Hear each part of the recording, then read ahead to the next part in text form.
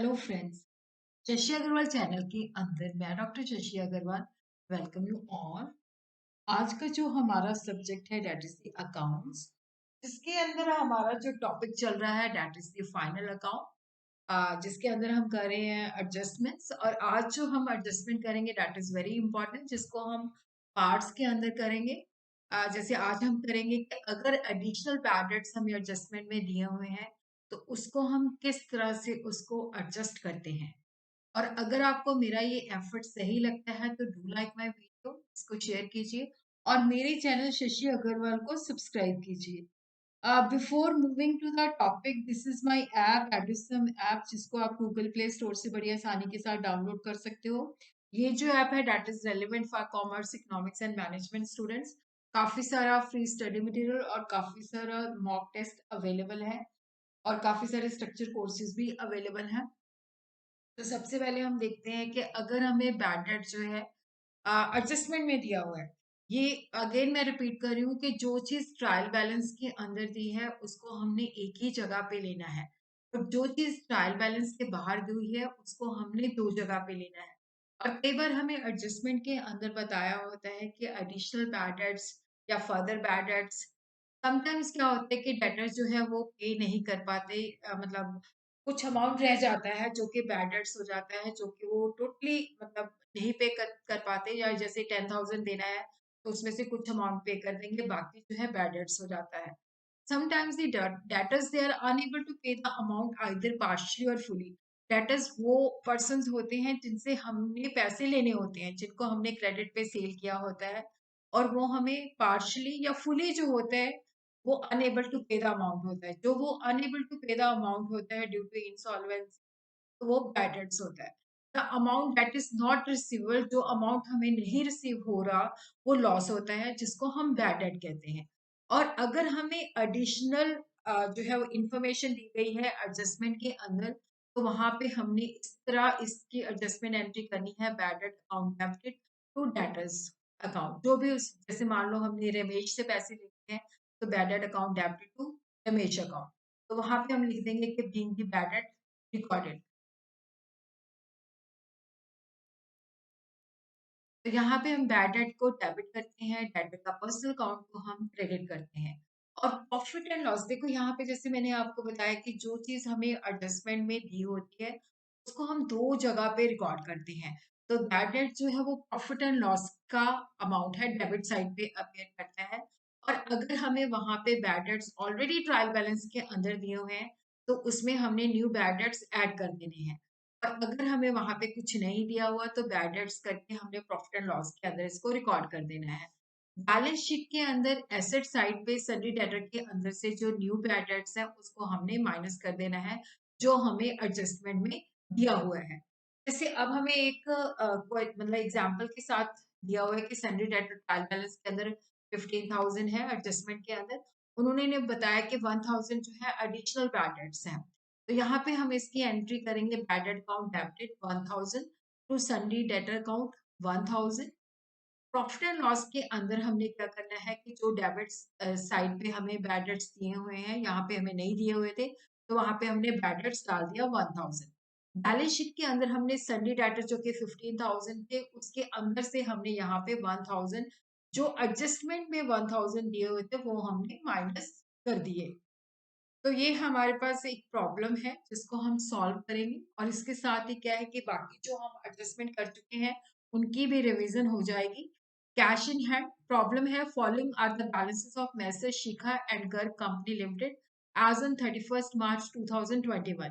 तो हमें कुछ मतलब ट्रायल बैलेंस दिया हुआ है डेबिट साइड पे, जैसे cash in hand, cash at bank, purchase account, return inward, wages account, fuel and power, carriage on sale, carriage on purchase, stock, building account, freehold land, machinery, patents, capital, sales, sundry creditors, rent, return outward। तो ये information हमें trial balance के अंदर दी हुई है। तो यहाँ पे हमने देखो, जो पहला स्टेप होता है, जो पहली एबीसी होती है, इसके साथ कुछ और एडिशनल इंफॉर्मेशन भी है। Salaries, general expenses, insurance, drawing, Sunny debtor, क्योंकि ये एक स्लाइड में नहीं आ रहा था तो इस वजह से इसको हमने दो स्लाइड में किया है। देखो, सबसे पहले जब हम बिगिनिंग के अंदर फाइनेंशियल स्टेटमेंट्स कर रहे होते हैं, तो उस वक्त हमें कई बार क्लैरिटी होती, कौन सी चीज ट्रेडिंग में आएगी, कौन सी चीज प्रॉफिट एंड लॉस में आएगी और कौन सी चीज बैलेंस शीट आएगी। तो सबसे पहले हमने आइडेंटिफाई करना है कि which item belong to which trading, profit and loss और बैलेंस शीट के अंदर। तो यहाँ पे मैंने उसी के बेसिस पे इनको सेग्रीगेट किया है कि ये आइटम ट्रेडिंग की है, तो वहां पे मैंने टी लिखा है। प्रॉफिट एंड लॉस की है तो वहां पे मैंने पी लिखा है। अगर बैलेंस शीट की है तो वहां पे हमने बी लिखा है। तो ये इस वजह से लिखा है ताकि बच्चे को आसानी हो जाए। जैसे देखो, कैश इन हैंड जो है ये हमारा एसेट अकाउंट है, तो ये बैलेंस शीट के अंदर एसेट साइड पे आएगा। कैश इन बैंक जो है ये भी एसेट है, तो बैलेंस शीट के अंदर एसेट साइड पे आएगा। परचेज अकाउंट जो है हमारा ट्रेडिंग अकाउंट के अंदर आएगा। रिटर्न इनवर्ड भी हमारा ट्रेडिंग अकाउंट का है। वेजेस भी हमारा ट्रेडिंग अकाउंट का है। फ्यूल एंड पावर भी हमारा ट्रेडिंग अकाउंट का है। और उसी तरह यहाँ पे जो सेल है वो भी हमारी ट्रेडिंग अकाउंट की है। और उसी तरह जो रिटर्न आउटवर्ड है वो भी ट्रेडिंग अकाउंट का है। तो जो ट्रेडिंग अकाउंट के अंदर हमने लेनी है वो है परचेज अकाउंट लेनी है। परचेज में से हमने रिटर्न आउटवर्ड माइनस करनी है। क्रेडिट साइड पे हमने सेल लेनी है और सेल में से हमने रिटर्न इनवर्ड माइनस करना है। और ट्रेडिंग की डेबिट साइड पे वेज अकाउंट आएगा, फ्यूल एंड पावर आएगा, कैरेज ऑन परचेज आएगा। बट जो कैरेज ऑन सेल है वो हमने ट्रेडिंग में नहीं लेना, वो हमने प्रॉफिट में लेना है। इसी तरह जो ओपनिंग स्टॉक है ये भी हमारा ट्रेडिंग में आएगा। Building account, free hold land, machinery, patent, ये सारी चीजें जो है बैलेंस शीट की है, एसेट है, तो एसेट साइड पे दे विल अपीयर। उसी तरह हमारी जो कैपिटल है वो लाइबिलिटी साइड पे आएगी। सन्डी क्रेडिटर लाइबिलिटी साइड पे आएंगे बैलेंस शीट की।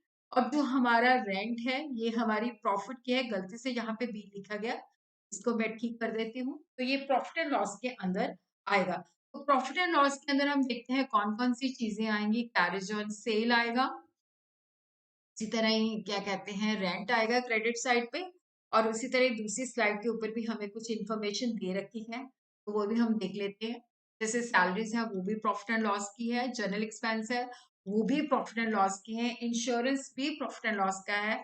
और जो ड्राइंग है वो हमारा बैलेंस शीट का है। और उसी तरह क्या है कि जो हमारा सन्डी डेटर्स है वो भी हमारा बैलेंस शीट का है। तो सैलरी, जनरल एक्सपेंसेस, इंश्योरेंस जो है ये हमारे प्रॉफिट एंड लॉस के हैं। ड्राइंग जो है बैलेंस शीट के अंदर कैपिटल में से माइनस हो जाएगी। और सन्डी डेटर जो है बैलेंस शीट के अंदर एसेट साइड पे अपेयर होगा। तो यहाँ पे हम देखते हैं कि what are the adjustment which are given to us. Closing stock as on 31st March 6800। Closing stock हमें एडजस्टमेंट में दिया हुआ है, तो दो जगह पे होगा, ट्रेडिंग अकाउंट में और उसी तरह बैलेंस शीट के अंदर एसेट साइड पे। प्लांट एंड मशीनरी की हमने डेप्रिसिएशन करनी है 10% और पेटेंट्स की हमने 20%। और सैलरी आउटस्टैंडिंग है 1500। सैलरी जो एडजस्टमेंट हम करेंगे प्रॉफिट एंड लॉस के अंदर करेंगे। इसी तरह जो इंश्योरेंस है जिसके अंदर एक प्रीमियम इंक्लूडेड है, जो कि हमने 6 मंथ्स का एडवांस किया हुआ है। टोटल प्रीमियम है 170 का। एक्सपायरिंग ऑन 30 सितंबर 21 का मतलब है कि 6 मंथ हमने इसको एडवांस में पे किया हुआ है, क्योंकि इसकी जो पूरी मतलब ड्यूरेशन है वो खत्म होगी 30/9/21 के अंदर। इट मीन्स कि प्रीमियम हमने पूरे मतलब 31 अक्टूबर 20 से लेके 30/9 तक पे किया हुआ है, तो 6 मंथ का हमने एडवांस दिया हुआ है, तो ये प्रीपेड है 85। Further bad debt, additional bad debt, new bad debts which are given in the adjustment. Rent receivables, rent हमने रिसीव करना है, accrued rent है 1000। तो यहाँ पे अगेन इसको वन बाय वन करके again we are going to understand. Closing stock 6800 है, तो ये दो जगह पे होगा। ट्रेडिंग अकाउंट की क्रेडिट साइड पे होगा और बैलेंस शीट की एसेट साइड पे होगा। प्लांट एंड मशीनरी की हम डेप्रिसिएशन करेंगे। प्लांट एंड मशीनरी की जो डेप्रिसिएशन है वो है 10%। पेटेंट की जो है वो है 20%। प्लांट एंड मशीनरी हमने देखा ट्रायल बैलेंस के अंदर हमें दिया हुआ है 20,000, तो उसके ऊपर हम 10% जो है डेप्रिसिएशन कैलकुलेट करेंगे, ये आ जाएगी 2000। तो यहाँ पे 20,000 इंटू 10/100, तो यहाँ पे 0 0 इससे कट के, तो अब जो डेप्रिसिएशन ये जो 2000 है ये आ जाएगी प्रॉफिट एंड लॉस की डेबिट साइड। तो इसके एडजस्टमेंट एंट्री जो है depreciation account debited to machinery account, इसको हम इस तरह से एडजस्ट करेंगे। प्रॉफिट एंड लॉस के अंदर हम 2000 लेंगे और बैलेंस शीट के अंदर हम एसेट से माइनस कर देंगे।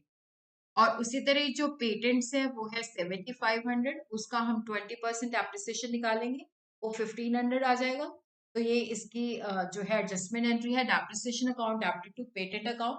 तो प्रॉफिट एंड लॉस की डेबिट साइड पे हम डेप्रिसिएशन ऑन पेटेंट लिखेंगे, तो वो 1500। और उसी तरह बैलेंस शीट के अंदर पेटेंट में से 1500 डेप्रिसिएशन माइनस कर देंगे। तो इस तरह से हमने डेप्रिसिएशन को एडजस्ट कर लेना है। फिर उसके बाद हम देखते हैं नेक्स्ट एडजस्टमेंट क्या है। सैलरीज ड्यू आउटस्टैंडिंग सैलरी है, तो इसकी एडजस्टमेंट है salaries account debited to outstanding salary. तो प्रॉफिट एंड लॉस के अंदर सैलरी के अंदर इसको हम ऐड कर देंगे, और आउटस्टैंडिंग सैलरी जो है बैलेंस शीट के अंदर करंट लायबिलिटी के अंदर अपेयर करेगी। इसी तरह ही जैसे मैंने आपको बताया कि जो इंश्योरेंस है उसके अंदर से हमने 170 जो है दिया हुआ है, जिसके अंदर से 85 रुपीज जो है एडवांस है। तो prepaid insurance account debited 85 to insurance account 85। तो वहां पे इंश्योरेंस के अंदर से हमने 85 डिडक्ट कर देना है प्रॉफिट एंड लॉस की डेबिट साइड पे। और उसी तरह बैलेंस शीट के अंदर हमने जो करंट एसेट है एसेट साइड पे, तो वहां पे प्रीपेड इंश्योरेंस हमने डाल देना है 85 रुपीज।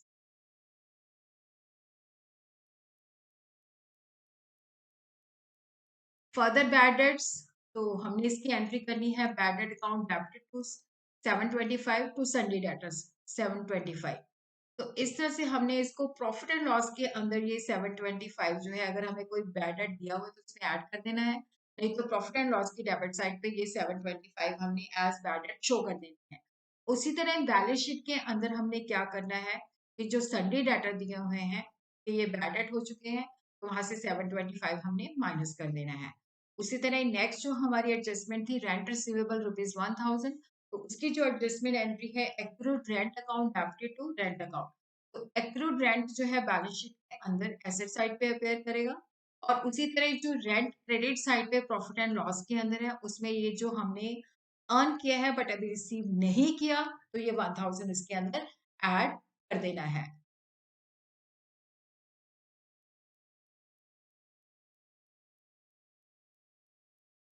इसी तरह अब हम देखते हैं ट्रेडिंग अकाउंट बनाते हैं। तो ट्रेडिंग अकाउंट के अंदर देखो जो पहली फिगर है ओपनिंग स्टॉक की है, पहले हम देख लेते हैं। तो ट्रेडिंग के अंदर ओपनिंग स्टॉक हमने लेना है, जो कि हमें ट्रायल बैलेंस के अंदर ये अमाउंट हमें दिया गया था 5760। तो यहाँ पे अगेन हम देख लेते हैं क्या क्या हमने ट्रेडिंग में लेना है। तो देखो ये सबसे पहले जो है हमारा ओपनिंग स्टॉक है, ये है 5760। फिर उसके बाद हमने परचेजेस लेनी है जो कि है 40,675। और उसके अंदर से हमने रिटर्न आउटवर्ड जो है 500 ये माइनस कर देनी है। वेजेस डेबिट साइड पे, fuel and power debit side पे। कैरेज ऑन सेल हमने नहीं लेना क्योंकि वो प्रॉफिट एंड लॉस की है, कैरेज ऑन परचेज लेना है। तो ये सारी चीजें हमने डेबिट साइड पे लिखनी है। और क्रेडिट साइड पे हमने देना है सेल, और उसी तरह सेल के अंदर से हमने रिटर्न इनवर्ट जो है 680 माइनस कर देना है। क्लोजिंग स्टॉक हमें वहां पे एडजस्टमेंट में दिया हुआ है, तो क्लोजिंग स्टॉक हमने क्रेडिट साइड पे लेना है।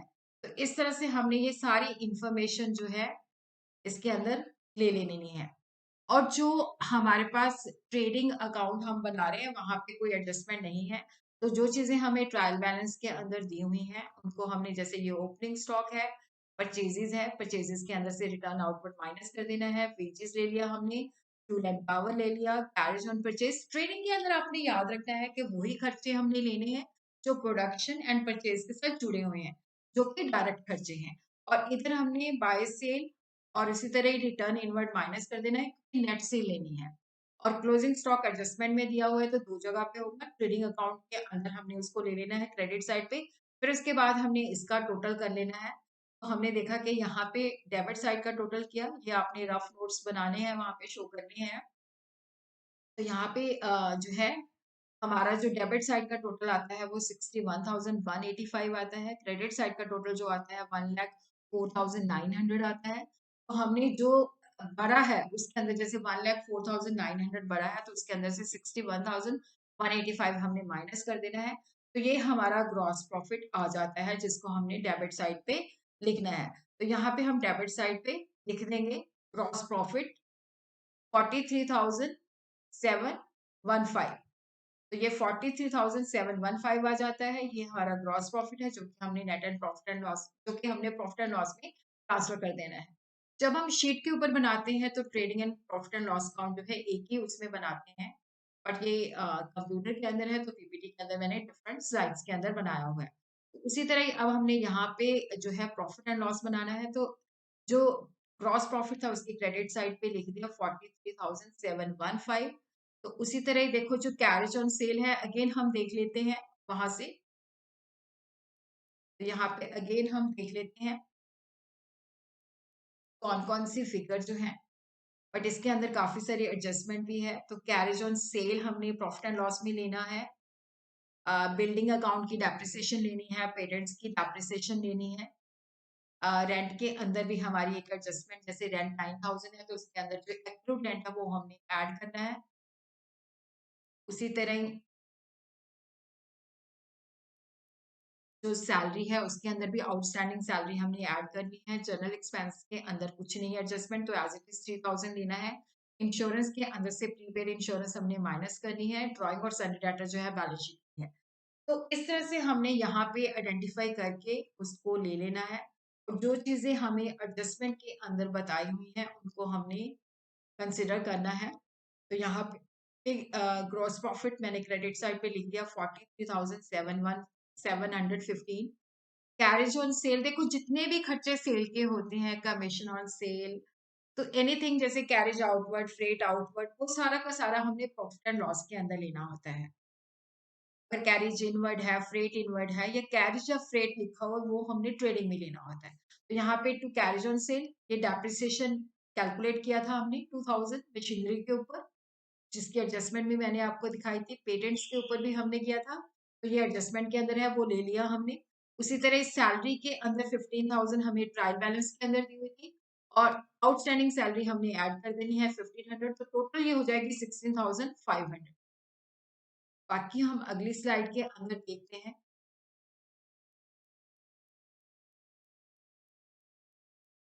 जनरल एक्सपेंसेस 3,000 डेबिट साइड पे।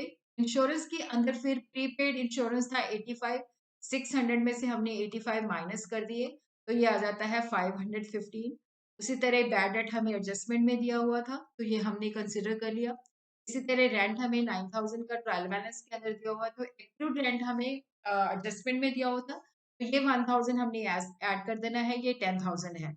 उसी तरह देखो यहाँ पे जो डेबिट साइड का टोटल है वो हमने देख लेना है कितना है। डेबिट साइड का जो टोटल है वो है 53,715, और जो सॉरी जो डेबिट साइड का टोटल है वो है 27,440, और जो क्रेडिट साइड का टोटल है वो है 53,715, जो कि ज्यादा है। 53,715 से हमने 27,440 माइनस कर दिया, तो ये आ जाता है 26,275।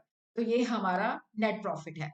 तो इस तरह से डेबिट साइड पे हमने लिख देना है नेट प्रॉफिट, क्योंकि क्रेडिट साइड बड़ी है, तो जो रिमेनिंग इंफॉर्मेशन है वो है नेट प्रॉफिट की। तो यहाँ पे हमारा नेट प्रॉफिट आ जाता है 26,275, जिसको हमने बैलेंस शीट के अंदर जो है ट्रांसफर कर देना है। तो ये डेप्रिसिएशन यहाँ पे मैंने लिखी हुई है कि जो प्लांट एंड मशीनरी की हमने कैलकुलेट की थी, और जो पेटेंट्स की हमने कैलकुलेट की थी। उसके बाद हमने बैलेंस शीट बना लेनी है। अब बैलेंस शीट यहाँ पे मैं लिक्विडिटी के हिसाब से बना रही हूँ, तो हमने वही चीजें लिखनी है जो ज्यादा लिक्विड पहले हैं और फिक्स एसेट एंड में लिखनी है। तो ये आपने ध्यान में रखना है कि आप कॉमन बेसिस पे बना रहे हो या आप लिक्विडिटी के हिसाब से बना रहे हो। तो यहाँ पे जैसे cash in hand, cash at bank, तो closing stock which is given in the adjustment.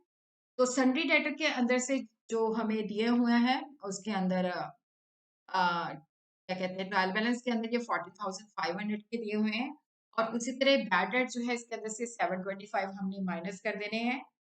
तो यहाँ पे हमारे आ जाते हैं 13,775। उसी तरह प्रीपेड इंश्योरेंस जो है एसेट है, तो इसको हमने लिख लिया यहाँ पे। जो हमने रेंट रिसीव करना है 1,000, उसको भी हमने यहाँ पे लिख लिया। उसी तरह यहाँ पे हम अब चलते हैं दूसरी स्लाइड पे, फिर उसके बाद मैं आपको लाइबिलिटी वाली साइड समझाती हूँ। हमने सारी करंट एसेट लिख ली। मशीनरी जो है 20,000 है, उसके अंदर से डेप्रिसिएशन लेस कर दिया 2,000, तो 18,000 नेट। और बिल्डिंग के अंदर कोई डेप्रिसिएशन नहीं है, फ्री होल्ड लैंड हो या लीज होल्ड लैंड है वो एसेट है। पेटेंट के अंदर से अगेन 1500 डेप्रिसिएशन है, तो वो माइनस करके हमने यहाँ पे लिखा है। तो ये हमने सारी एसेट साइड रिकॉर्ड कर ली।